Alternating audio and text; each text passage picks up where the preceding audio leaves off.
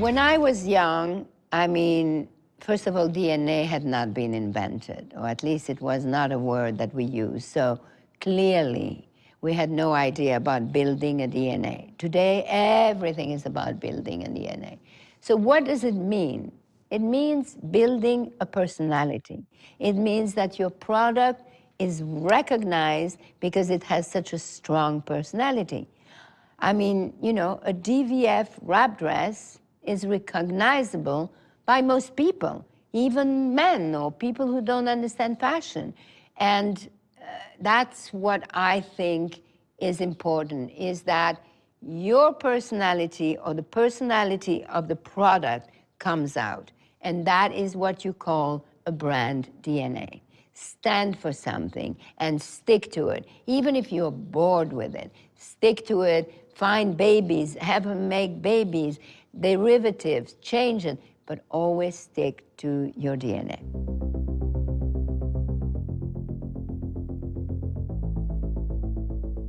It is important to create a brand portfolio because it forces you to put all the things you need to.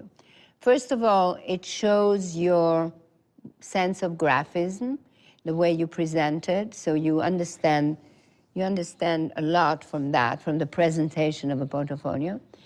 You should have clearly a mission statement. Why am I doing this? What do I have to offer? Then you need a major focus on the product, beautifully shot. If you have had any exposure, any press, it's nice also to see the product in the context of consumers and things like that.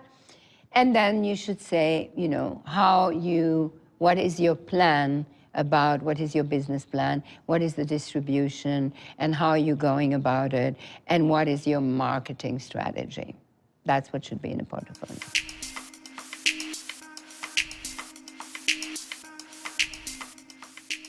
You know, the name of a brand sometimes is the starting point. You know, people have especially if it's like an odd name or something.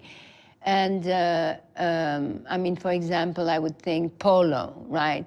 I mean, for Ralph Lauren, polo was a symbol of, you know, to be athletic and glamorous and upscale and all of that. So he had a brand called Polo. And he had a little polo on the shirt. So in my case, I didn't even think of it, and so it was my name, and it was just my signature, and then it stuck with me. And of course, because it's a long name and nobody can pronounce it, you know, the initials, and now the initials DVF. Because when you deal with markets like China, they cannot pronounce it. So most designers use their own name, and it seems like the normal thing to do. I've had many friends who have lost their names because they sold the company. So it's very important that if you trademark your name, you make sure that you own the trademark. And if you sell your company, well, it's nice if you can keep somehow the trademark separate from the company.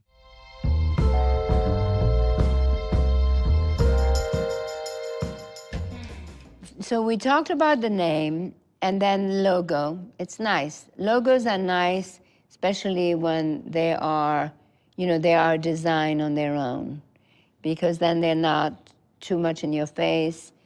But again, nice logo have to happen kind of, you know, how can I say? They have to happen organically. So logos, name, colors, very important. And then there's a mood, the colors, you know, what is your color and why and how, and, you know, it's really like designing a flag. When you create a logo, it's like, okay, this is your own little country, and I'm gonna design myself a flag.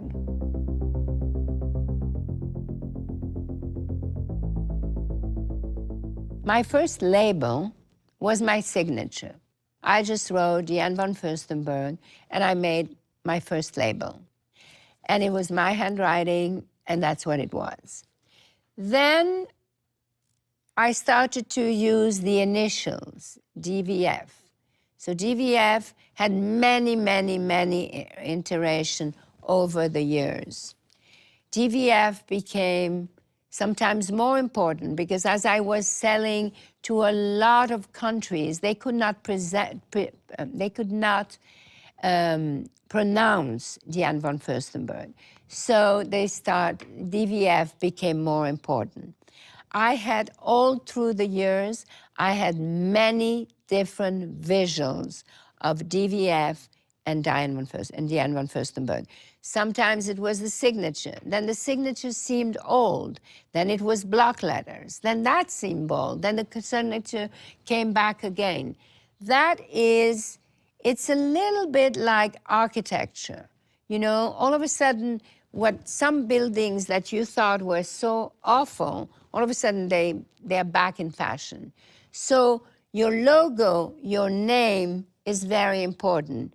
And you have to treat it with respect, with reverence, and yet with an open mind. So it can come, it can change. Now, logo, I personally never really liked people blasting the initials all over. But I remember so well that one buyer, when my friend Christian Louboutin started, he met with a buyer at Barney's and he said, you see this Chanel bag? It has 1 cc. This one has 2 cc. I sell it twice as much. This bag has 10 cc and I sell it 10 times as much. So again, the use of the logo comes and goes, just like fashion. Sometimes people want a lot of logos, and all of a sudden a new generation says, you know what, I don't really like logos anymore. But you have other ways to show the identity of your brand.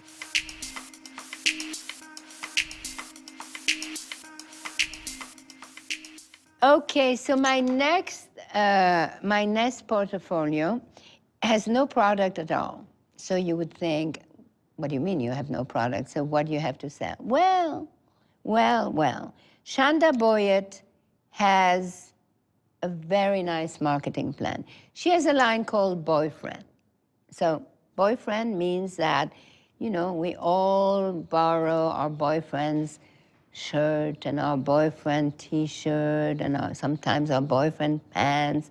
And there's a certain allure about borrowing your boyfriend's clothes. So it's a very nice idea. The first thing I would say to Shanda is, did you trademark that? I mean, I can't imagine that it's not trademarked. If you have trademarked that, then you have something great. I think it's a fun idea. I think it's a very interesting niche because the minute you say that, everybody identifies with something. So to have a t-shirt, a shirt, a jacket, even if it's just that, a pajama, is a great idea. So you could, she says that, you say, Shanda, that you don't want to build an empire, but you just want to raise that thing and you would like to make it in America. So you could go many ways if you have that. You could create, you know, the product. You could actually sell it and sell it online. Or you could go and be a private label for somebody. I don't know. But if you did not trademark that, then I don't know what you have. However, you're very smart. You put a great presentation together. And I think you should, even if you don't have the trademark boyfriend, talk to a lawyer, see how you can get around it.